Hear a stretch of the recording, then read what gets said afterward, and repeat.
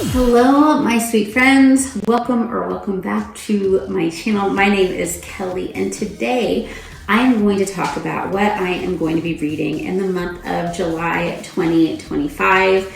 I am so excited for what I will be reading. First off, as many of you know, July is Jane Austen July. Now, I'm not going to be following all the prompts. I will do as I have done in the past and read a Jane Austen, and I will be reading with Bethany Brink's books and Old American Spirit. Love these ladies. We have such a grand time when we read together. Which for rereads for me, we've read Sense and Sensibility, and also Persuasion, which as many of you know is my very favorite Jane Austen, together before. And this time we'll be doing Northanger Abbey. I'm going to show off my book of Jane Austen works. So pretty. And if you don't know Northanger Abbey, it is the ultimate YA Regency romance read. Our protagonist, Catherine, she is obsessed with Gothic novels, and it's just a really fun read. I am enjoying just the prospect of diving back into it, and I know that we will have a fun time discussing the book together, as we always do. The next readathon on my agenda, and I will be following the prompts, some of the prompts for this one, is Journeyathon. This is Journeyathon II, so this is the second time that my sweet friend Chatty, the Mad Chatter, has hosted this readathon, and it is middle grade, joyful, very flexible in what you can do. If you read one middle grade book, you've done it. And it's going to be the first 2 weeks of July. And I'm going to be following, she's got a beautiful map, different prompts. She's got books that are inspirations for the readathon. And so go to Chatty's page, and I will link one of her videos that talks a little bit more in depth about the readathon, the points, how to participate, etc. You can go to a Google Doc and get the maps. I'm going to be following the Earth Path, and so the first prompt is to read a book about a quest. So I'm hoping to read Shah and the End of Time by Roshani Chokshi, who I have read her YA fantasy before, and I enjoy her writing style. And so I've been wanting to get to this book for a while, and there's a big quest, a young girl going on a quest type book. But I also would like to get to the last book in the BookWanderer series by Anna James, and I think that is called The Last BookWanderer. And so we have a young girl who can go into books and interact with characters, and this book is also going on a quest, but we have it's not just centrally around her anymore. We have some other characters who are kind of finding their story in the scheme of the series. Next in the prompts is to read a book that has like cosmic in the title, or is a theme, something cosmic.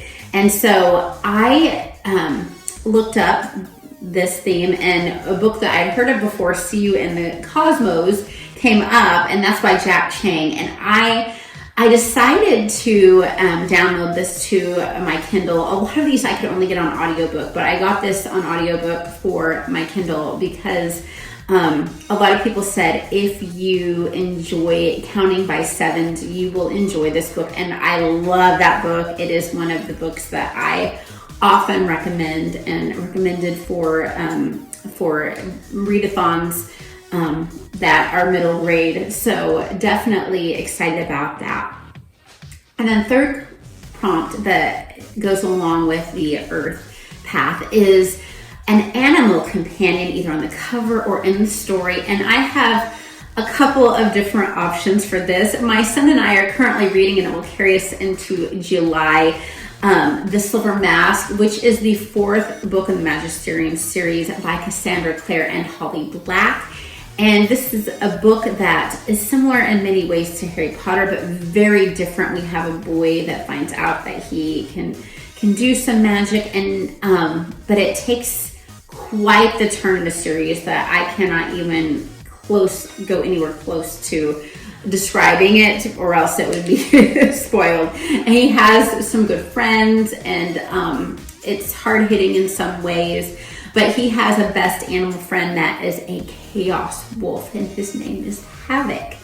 And then there's another book that I am so excited finally is here. It became available in my holds. I had it on hold for 3 years, and this is Silverborn, the next book that just came out in the Morrigan Crow series. And Morrigan Crow is a girl that she was going to die because she was a cursed child, and she was taken by a patron to another realm, and just the relationships there are so amazing, just the storyline. But she has it would be very offended if we called her an animal, but she has an animal-like big cat friend person that's hilarious, a very big comic relief part of the story named Vanessa. So that is also a possibility of what I will be reading as far as animal companion prompt for Journeyathon. And then the last but not least book, which is not a part of any readathon, but is part of my in-person book club this month, is The 100-Year-Old Man Who Climbed Out of the Window and Disappeared. Is not the longest title that you have ever heard in your life. Now, this is a translated Swedish book. It is by Jonasson, and it is humorous. And the old man is going to be getting into many scrapes. We should all be so lucky to be doing well enough when we are 100 years old to get into scrapes. So I hope that you are having a blessed summer so far. I hope that you are joyful in whatever you are doing, and I hope that you read a lot. Take care. Bye-bye. I've been Kelly here. I had to come back on here and let you know that I forgot one. I forgot Rose Cottage by Mary Stewart, which is a mystery that I am going to be reading with my sweet Dia from Novel Idea. So I couldn't forget that one because that's very important, because I haven't had a buddy read with Dia for a while. So I just wanted to make sure that I popped that one in there too. All right, friends, read a lot. Bye-bye.